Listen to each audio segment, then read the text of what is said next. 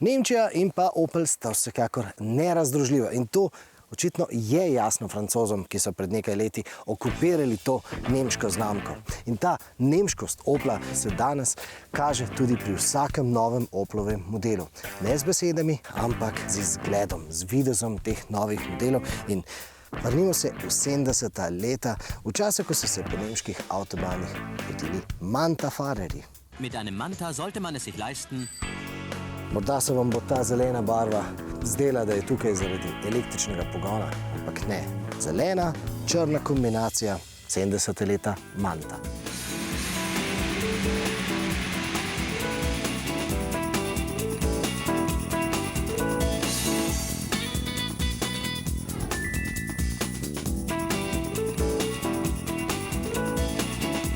Nova moka sicer ostaja vsakdanje uporaben in udoben SUV, drugih stičišč s moko prve generacije pa v bistvu ni. Pri Oplu namreč v ospredje hodi erotika. No, strast zlate dobe Oplov.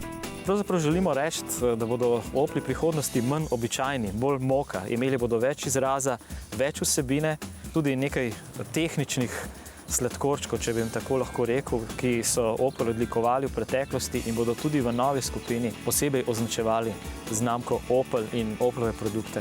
Moka je torej zgolj začetek nove dobe, seveda električne dobe, ki pa pri moki ne bo ekskluzivna. Električna moka bo namreč osvojila kakih 7% slovenskih kupcev, kar pravzaprav sploh ni malo. So pa pri Oplu na primeru električne Corse zaznali trend, ki naredi elektroavte že skoraj stroškovno upravičene. Pravzaprav gre tukaj za neko poslovno pragmatičnost v družinskem proračunu. Toplotne črpalke uporabljajo za pridobivanje toplotne energije elektriko. Namesto da kupuješ elektriko, strošek mesečen, letni, preusmeriš v odplačevanje investicije za instalacijo fotovoltaičnega sistema. In na ta način pridobivaš elektriko, bom rekel, ni seveda popolnoma brezplačno, ampak izračuni se začnejo pokrivati. To se pravi, da na nek način pridobivanje toplote že je skoraj samozadostno. Dodati nekaj panelov, bom rekel, ki zagotavljajo nek prebitek pridobljene električne energije, pa na drugi strani potem, bom rekel, pokrijejo v bistvu strošek kupljene elektrike za polnjenje avtomobila. Tako približno deluje ta računica. Večina Slovencev bo izbrala bolj običajno bencinsko moko za okoli 20 tisočakov. Ta bo imela že zmogljivejši bencinski turbomotor, za približno 5 dodatnih tisočakov pa boste dobili moko s samodejnim menjalnikom, aktivnim tempomatom, pa tudi z naprednimi pripomočki, kot so na primer matrični žarometi in ergonomski sedeži. Pri popularizaciji te opreme namreč Opel opravlja pionirsko vlogo. No, dizelski motor ostaja v ponudbi, ker je pač na voljo, a ogrel bo majhno število Slovencev. Po 4-kolesnem pogonu pa v tem avtomobilskem razredu menda ni povpraševanja. Tako pravijo. Podarimo še to, da bosta na voljo dve moki. Tista z rdečimi črtami in povsem črno masko sliši na ime GS-Line, krom pa je značilen za bolj elegantno moko. Ampak nemškost dobite pri obeh.